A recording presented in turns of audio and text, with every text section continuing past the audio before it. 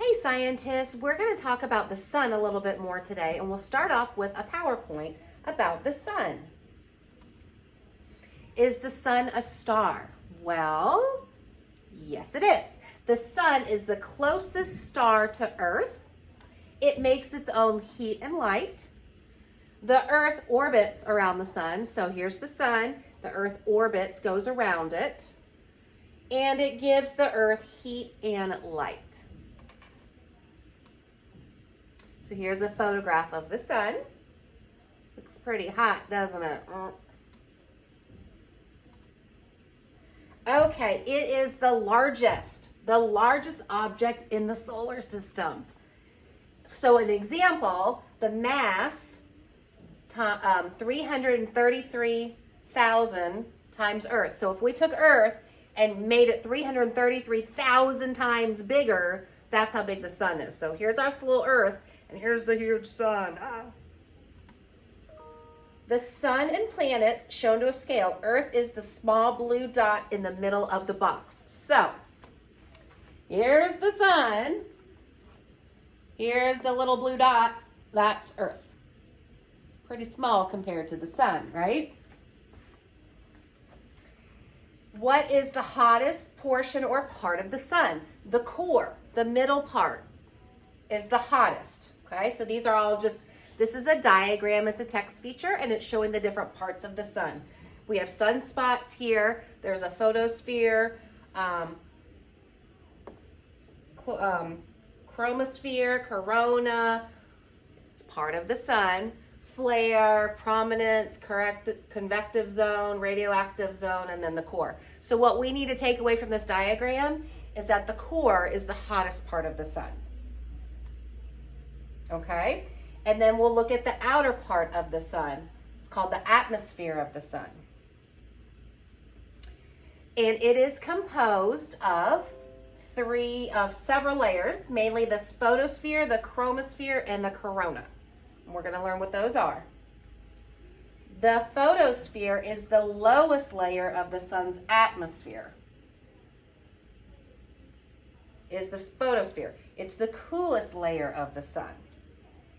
So that's the coolest layer of the sun. And again, we know the hottest part of the sun is the core.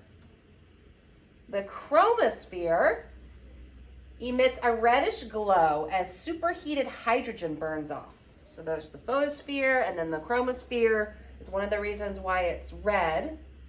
And then the corona is the third layer of the sun's atmosphere. It can only be seen during a total solar eclipse as well.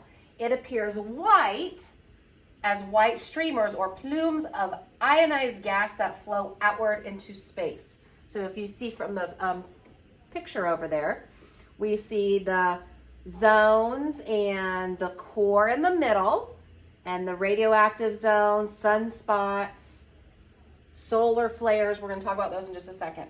As the gases cool, they become the solar wind. A solar flare. That does not look fun. A solar flare is a violent explosion above the sun's surface. It can last 10 minutes. So it's almost like, I kind of make a connection with like a volcano. So just imagine that a large amount of energy is released. So here is a solar flare. And right here is our little Earth. And just, no thanks. So you might want to do some research on solar flares if you think they're interesting. All right, now we've got sunspots. Those are spots on the sun. So that's what they look like, kind of interesting to me. Sunspots appear as dark spots on the surface of the sun. So right there. They typically last for several days, although very large ones may live for several weeks. Sunspots are the coolest locations on the surface of the sun. So we see the little group of sunspots over there, and here's our little Earth, our little baby Earth. They appear dark only because its gases are a few thousand degrees cooler than the surrounding gas, a few thousand degrees cooler, okay? So it radiates less energy. The solar wind is a stream of energized charged particles, primary electrons and protons, which you'll learn about that as we get a little bit older, flowing out from the sun. They cause magnetic storms. And auroras, called the northern lights, occur when the layers of our atmosphere are energized by solar winds. So maybe from the Polar Express, you might remember the part where they're standing on the back of the train and they see the northern lights. That's what they are, okay?